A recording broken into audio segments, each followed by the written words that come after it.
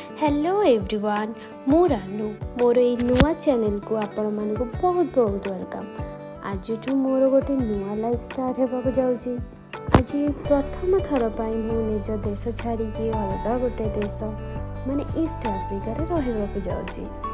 से आम आसिक पहुँची जाइए भुवनेश्वर एयरपोर्ट रे। एठू आम जीवु दिल्ली इंटरनेशनल एयरपोर्ट को। तो संध्या 8टा PM को फ्लाइट अच्छी तो ये बस वेट कर ये होती मो हजबैंड। तो आम बस बसिक टाइम पास पाई मोमो ऑर्डर कर दे थी। तो बस चलतु आमर एथर फ्लाइट भी आसीगला। यहाँ विस्तारा एयरलाइंस थिला। तो रात्रे से मैंने आमको डिनर भी देते ब्रेड चिकेन राइस आ लास्ट को चॉकलेट डिजर्ट। तो आम दिल्ली एयरपोर्ट को पहुँची गलु। दिल्ली एयरपोर्ट एटा तो देखिए बहुत सुंदर सजा है डांस रो बहुत सारा स्टेप है शो हो। तो ये टाइम है 11:17। एबे आम नेक्स्ट फ्लाइट अच्छी इथियोपिया पाई राति 2टारे।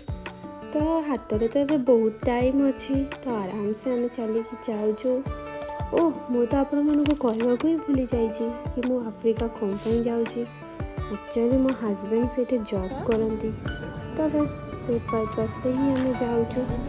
तो ये देखो तो आम आसिक पहुँची जाइए ड्यूटी फ्री एरिया रे। बस किसी किणवाई नहीं एमती बस देखा देखी करने। तो बहुत सुंदर सुंदर इयरिंग्स बहुत ही सुंदर हो देखले किणवा को इच्छा हो।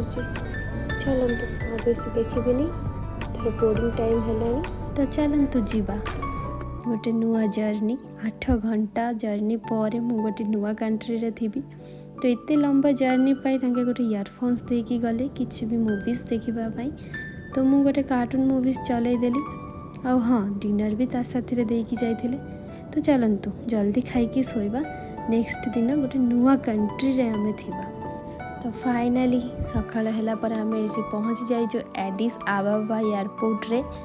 तो देखिपार बहुत ही सुंदर गोटे सकाळ सहित मो मोर दिन स्टार्ट करुच्ची।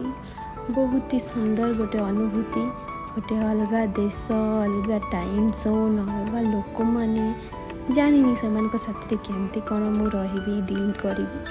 बट एबे तो बहुत खुशी लगुच गोटे नुआ नुआ फीलिंग्स। तो चलतु यहीटा ही हूँ से एडिस आबाबा। बापरे कि कठिन नाम एयरपोर्ट जीवा। चलतु टे फ्रेश हो लंबा गोटे जर्नी पर टे वीक भी लगुच। आउे आमर नेक्स्ट फ्लाइट 2 घंटा पर अच्छी किगाली पाई। तो गोटे भल जगह खोजुची बसवाई गोटे फांका जगह कौन पाई कि बहुत ही माने टायर्ड है कि देह जर जर फील आसला। आउ ब्रेकफास्ट भी करनु। तो मु तो भुवनेश्वर बहुत ही चटपटा खाइबा धरिकी पलि आसती। तो बस मो फ्लाइट भी आसीगला। आ सुंदर दृश्य देखिकी मु हजी ही जाइथिली कि जड़े एयर होस्टेस आसिकी गोटे प्लेट खाइबा देकी गला। माने होची जोटा कि लंच करिकी टिके रेस्ट नहीं कि पहुँची गलु किगाली एयरपोर्ट रे। किगाली एयरपोर्ट ठू आम नेक्स्ट जीवु रवांडा। तो चलतु यही गोटे नुआ सहर को उपभोग करी मु तो चलली रूम पाई। आपण मान सहित मोर आउ थे देखा हम नेक्स्ट ब्लॉग रे। रहुची बाय बाय।